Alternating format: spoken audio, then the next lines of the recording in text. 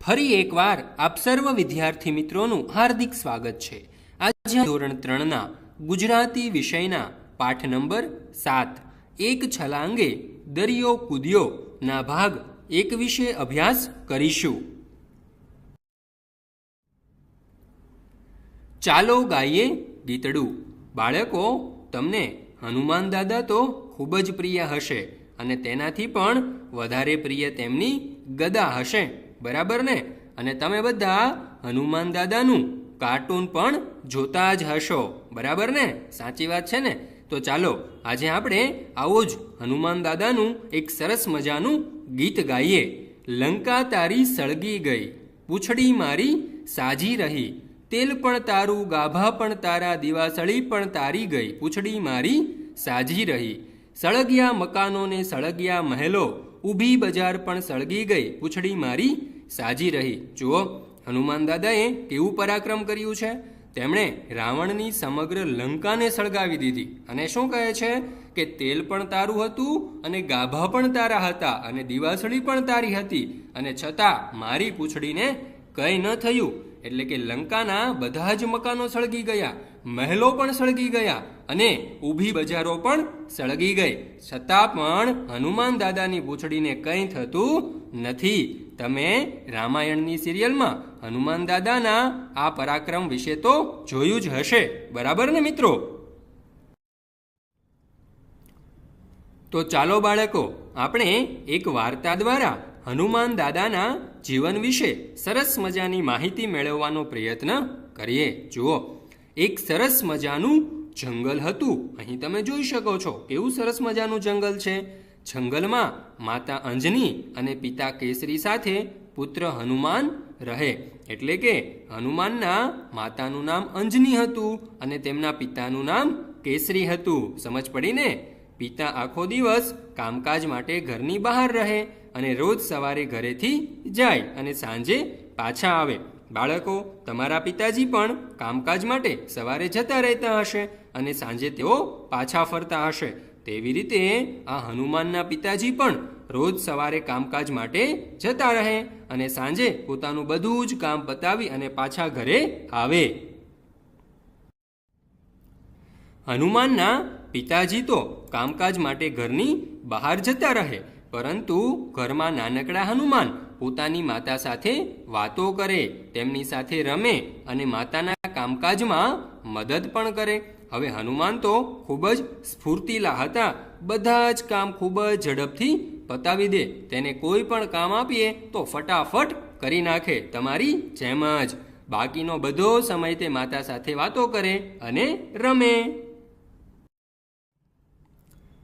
જુઓ, એક દિવસની વાત છે। અંજની માતાને રસોઈ બનાવવાનો સમય થયો હતો। કેમ રસોઈ બનાવવાનો સમય થયો હશે? કારણ કે હનુમાનના પિતાજી હવે તેનું કામકાજ પતાવીને ઘરે આવશે, તેને જમવા જોઈશે, એટલા માટે અંજની માતાને રસોઈ બનાવવી હતી। પરંતુ હનુમાનને તો માતા સાથે રમવું હતું। જોઈએ હવે અંજની માતા શું કરે છે। જુઓ, અંજની માતાએ વિચાર્યું, હનુમાનને કોઈક એવું કામ સોંપી દઉં કે જેથી એ કામ પૂરું કરતા એને ઘણો બધો સમય લાગે અને એટલી વારમાં હું રસોઈ કરી લઉં, એવી યુક્તિ વિચારે છે। પછી હનુમાન આવશે ત્યારે એના બાપુજી પણ આવશે અને ત્રણેય જણ સાથે જમી અને પછી નિરાંતે વાત કરશું, આવું વિચારે છે અંજની માતા। આવું વિચારી અને અંજની માતાએ હનુમાનને કહ્યું, બેટા હનુમાન, જંગલમાંથી થોડા પાકા ફળ લેતો આવ।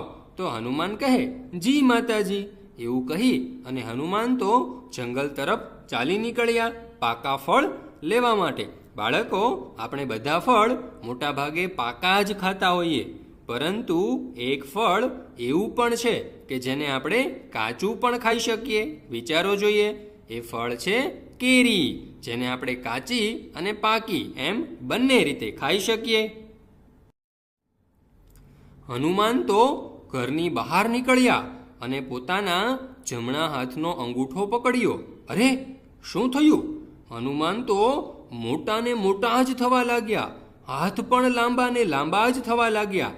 બાળકો, હનુમાન દાદાની આ ખાસિયત વિશે તો તમને ખબર જ હશે કે હનુમાન દાદા પોતે ધારે એવડા મોટા થઈ શકતા અને પોતે ધારે એવડા નાના પણ થઈ શકતા હતા. તો જો હનુમાન દાદા તો ઘરની બહાર નીકળી અને કેવડા મોટા થઈ ગયા. પોતાનો હાથ લંબાવીને દૂરના ઝાડ પરથી પાકા ફળ તોડી લીધા. હજી તો માતા રસોડામાં ગયા ન ગયા ત્યાં તો ફળ હાજર થઈ ગયા. શું કર્યું બાળકો હનુમાન દાદાએ? હનુમાન દાદાએ તો પોતે ખૂબ મોટું સ્વરૂપ ધારણ કર્યું અને પછી પોતાનો હાથ પાકા ફળ તરફ જંગલમાં લંબાવ્યો અને તેમના માતા હજી તો રસોડામાં ગયા નહોતા ત્યાં તો પાકા ફળ લઈ અને હનુમાન હાજર થઈ ગયા. એટલે કે માતા અંજનીએ જે યુક્તિ વિચારી હતી કે હનુમાન દાદાને કંઈ કામ સોંપી દઉં તો તે મને હેરાન ન કરે, એટલે કે મને રસોઈ કરવા દે. પરંતુ હનુમાન તો થોડી જ વારમાં પાછા ફર્યા. હે, એટલી વારમાં પાકા ફળ આવી ગયા? અંજની માતાને તો ખૂબ નવાઈ લાગી, આશ્ચર્યચકિત થઈ ગયા. તેણે વિચાર્યું કે તારા બાપુ લાવ્યા હશે, બરાબર ને? પરંતુ હનુમાને કંઈ જવાબ ન આપ્યો અને હનુમાન તો મરક મરક હસતા રહ્યા, એટલે કે મનમાં ને મનમાં હસતા રહ્યા. એટલે તેમના માતાજી બધી જ વાત સમજી ગયા.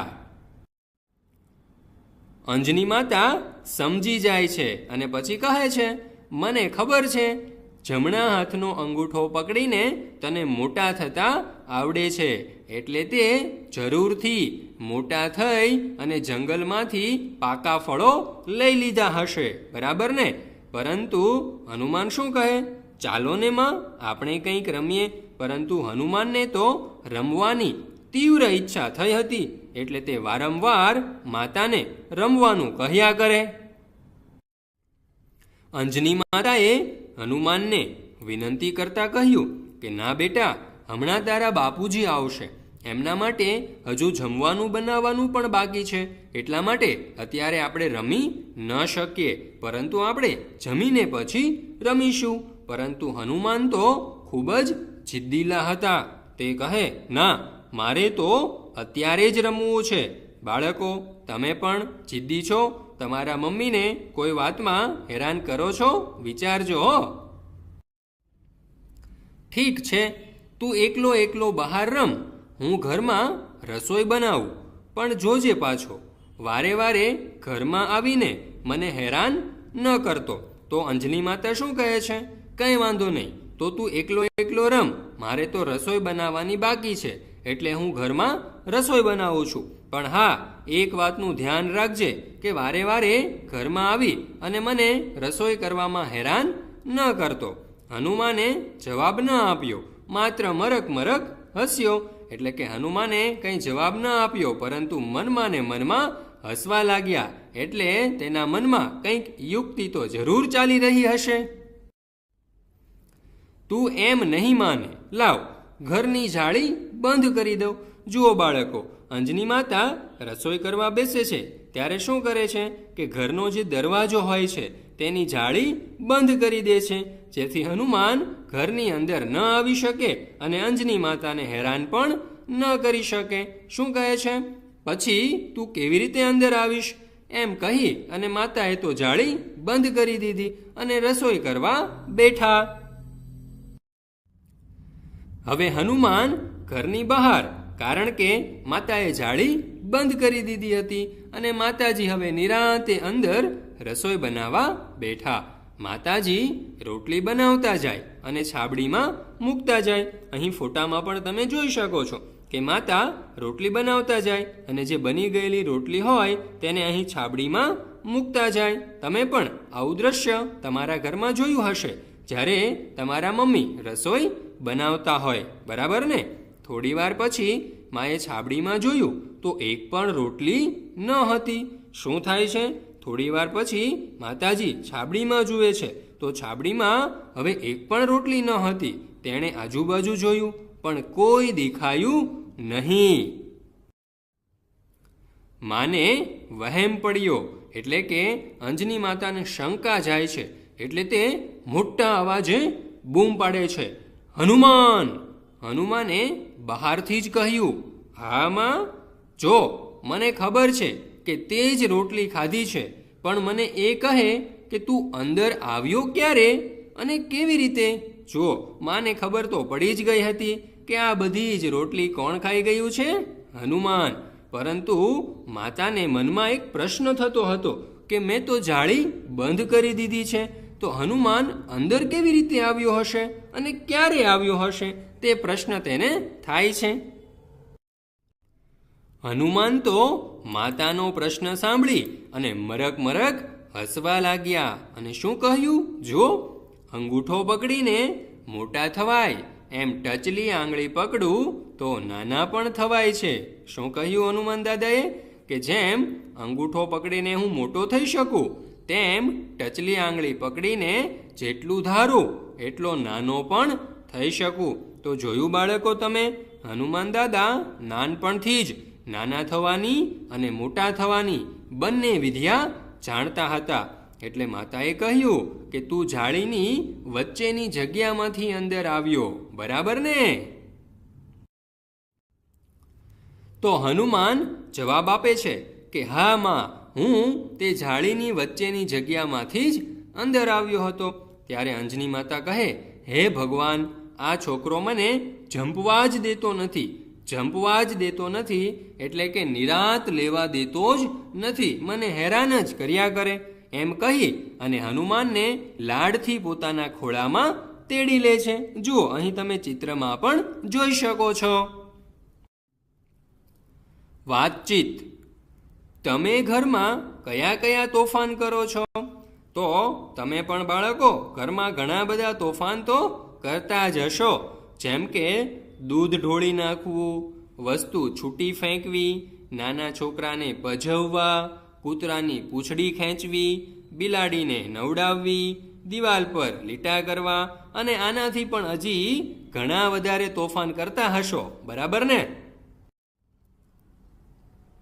બીજો સવાલ, તમે તોફાન ન કરો તે માટે તમારા મમ્મી પપ્પા તમને શું કહે છે?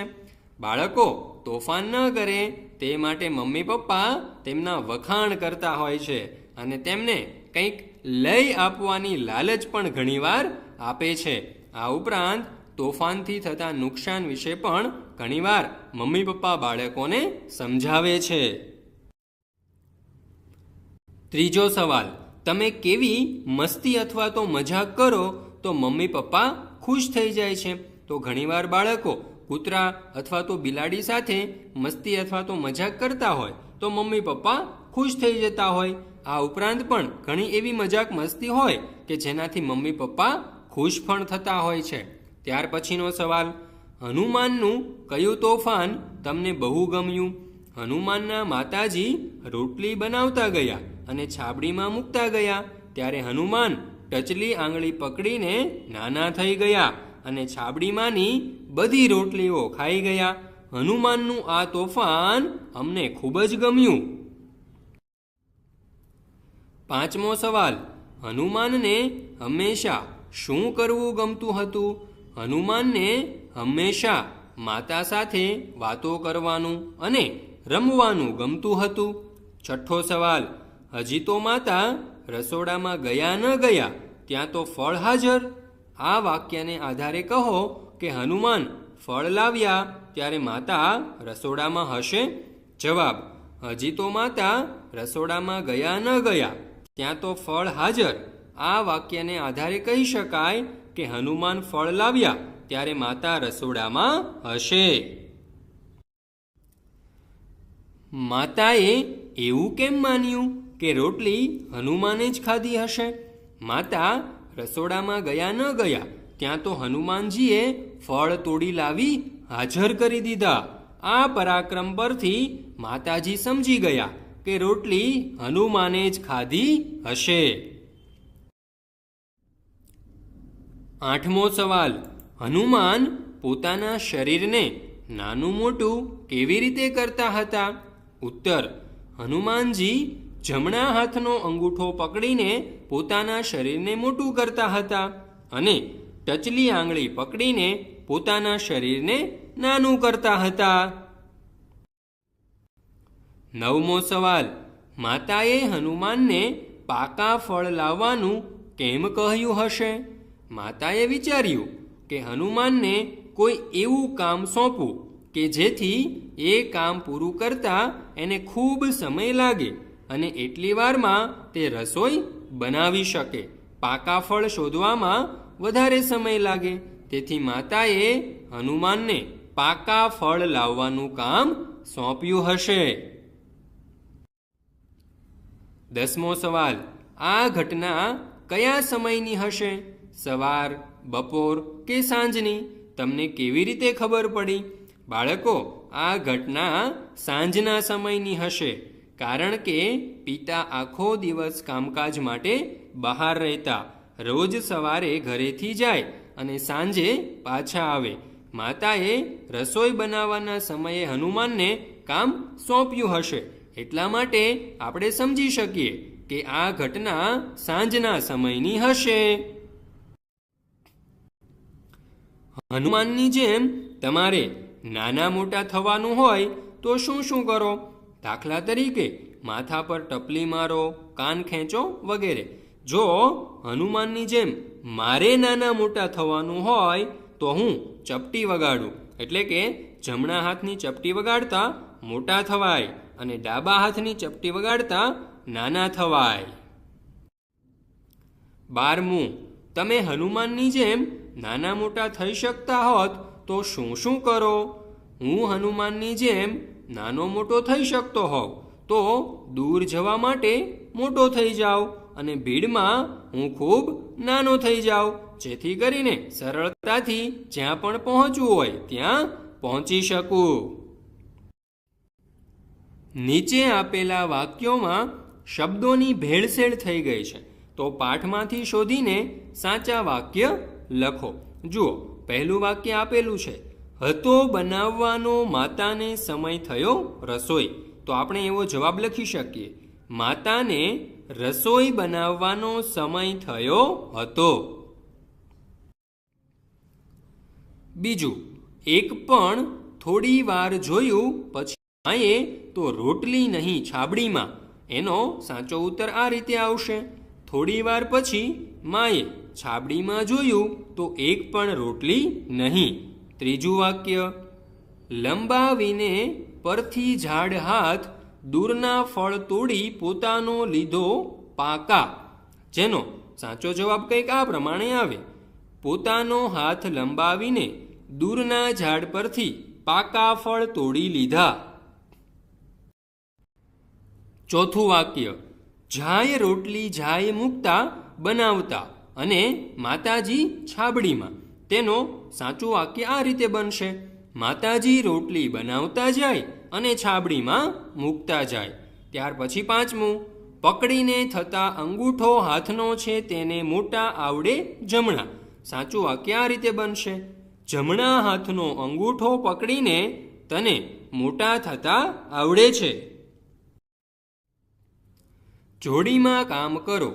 નીચે આપેલા શબ્દોમાં યોગ્ય સ્વર ચિહ્ન જે અહીં કાઉન્સમાં આપેલા છે તે ઉમેરીને નવા શબ્દો બનાવો. જુઓ, ઉદાહરણ અહીં આપેલું છે, હ, ન, મ, ન. તો યોગ્ય સ્વર ચિહ્ન વાપરી અને આપણે તેના પરથી હનુમાન શબ્દ બનાવી શકીએ. તો ચાલો જોઈએ આપણે પ્રથમ શબ્દ મ ત જ. તેના પરથી શબ્દ બનશે માતાજી. ત્યાર પછી બીજો શબ્દ ક સ ર, જેના પરથી સાચો શબ્દ બનશે કેસરી. ત્રીજો શબ્દ આપેલો છે અગઠ, જેના પરથી નવો શબ્દ બનશે અંગૂઠો.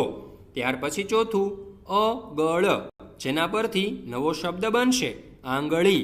પાંચમો શબ્દ આપેલો છે અજન, જેના પરથી નવો શબ્દ બનશે અંજની. છઠ્ઠો શબ્દ અહીં આપેલો છે ટ ચ લ, જેના પરથી નવો શબ્દ બનશે ટચલી.